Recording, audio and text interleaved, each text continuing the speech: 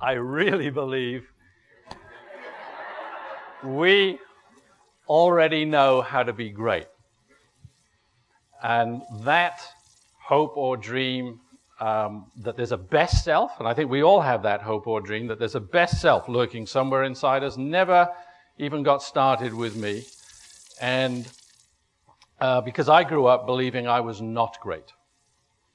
And it began because when I was 18 months old, I was in hospital with an ear infection, and the staff thought that I had measles, so they put me in isolation for a week. And I could only see my mom and dad through a window in the door, and apparently I cried a lot. And when I came out, I was painfully withdrawn, severely asthmatic. I wasn't able to play sports for years, and I spent about half of my time unable to go to school. But I don't remember a lot about that. I do remember vividly an experience I had when I was 11 years old, and that experience shaped the rest of my life. My elder brother entered me in my school's tennis tournament. This is back in Wales, where I was raised. Now, I'd never played tennis in my life before that. But I found myself in the final playing against someone that I remember as the school hormone freak. Because this is a 13-year-old, he's already 6 foot tall, he's got facial hair, he's captain of our school rugby team. This is our school jock. And we start playing, and I'm just putting one foot in front of the other, doing the best I can. And after an hour, I find myself 6'4", 4-love in the lead. And this voice started talking to me. It was a voice in my head. It said, "Alan, you've already won 10 games. You only have to win 2 more and you're going to be the school champion." And I froze. I never won another game. And instead of focusing on the ball, I now focused on this conversation going on in my head. And the harder I tried, the worse I got. And the worse I got, the harder I tried. I knew what to do. I would never have got in the lead if I didn't know what to do. But I couldn't do what I knew. And that experience set me off on a journey to try and understand what was it that was going on inside me and how do I deal with it? Because I quickly realized that voice showed up everywhere in my life. And I've now come to believe that the biggest obstacle to performance isn't knowing what to do, it's doing what we know. It's taking action on things that we already know about. And not doing what we know shows up everywhere in our lives. How many of you, before you came here today, already knew of one thing that if you were to do a little more of it or a little less of it, you would be more effective? So obviously it's not a knowledge issue for you. How many of you parents in here have said yes to that child that you adore so much when they nag you for that sugary treat, knowing that in about an hour you're going to regret having said yes because you've got to peel them off their brother or sister from that sugar high? How many of, again, it's you know what you need to do, but you're not taking action on it. And this, sometimes I think it's an obsession that we have. We get caught up in this illusion that there's some piece of knowledge that if I can just get my hands on that knowledge, then I'm going to be able to get at my greatness. I'm going to have a breakthrough in what I do. And yet there's so much knowledge that we already possess that we're not taking action on. So I've come to think about it this way, that there's, if we think of a wheel of performance or a wheel of greatness, and we make knowledge the rim of that wheel, then what we tend to do by habit or by education is we look to increase the thickness of the rim of that wheel when we try to be better. Sometimes we can make it so thick, the wheel gets so heavy it won't even turn. We get lost and bogged down in that knowledge. And if knowledge was all it took, we'd all read the book and we'd all be world champions at whatever we wanted to be. There has to be some other components, and to me there are three other critical components. And I call them faith, and fire, and focus. Faith is what you believe about yourself and your abilities. Fire is all about energy, passion, and commitment. And focus is about what we pay attention to. And these all influence each other, because what we focus on is what creates our beliefs. And a lot of that happens in our early years. And once we have a belief, that directs and filters what we focus on. And if you can get those pointed in the right direction, it will raise the fire and it'll make learning and using knowledge much easier. And if we get them pointed in the wrong direction, well, it'll lower fire or make learning and using knowledge much more difficult.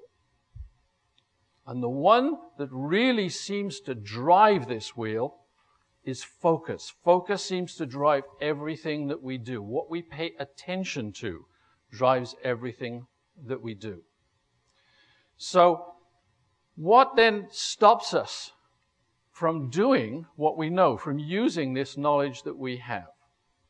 I call it interference, mental interference, and I think about it this way, that our greatness equals our focus, plus our faith, plus our fire, plus the knowledge we have, minus this interference. And this mental interference is that internal dialogue that goes on in our minds constantly. It's what was going on in me on the tennis court, saying I only needed to win 2 more games and I would be the champion. And interference starts in us at a very young age. You know how kids have, how they learn so fast and they seem to have an insatiable curiosity? So imagine that Mum's sitting here on this stool and she's reading this book. And so and I'm the 1-year-old child, I'm her 1-year-old child, and I see her reading this book, and you know what? It captures my attention. I'm curious, so I'll take the book away from her, and I'll explore it in the way that kids do. Hasn't it got great colors? It makes great noises. It feels all right. It even tastes good. And then I'll get bored with it, and I'll go and get interested in something else. Then I'll get bored with that, and I'll go back to the book and try and take it away from Mum, who's still trying to read it. And I'll move on to something else again. Imagine that happening 4 times. The 5th time I go back to Mum, who's still trying to read this, what will she do? She goes, "No! I'm reading it!" And that becomes the first emotionally scarring experience of my little life. My key place of safety in the world is terrorizing me. But you still can't shut down my curiosity. I'm going to go back, but this next time I go back, I'm in watch-out mode. Is she going to get me or isn't she?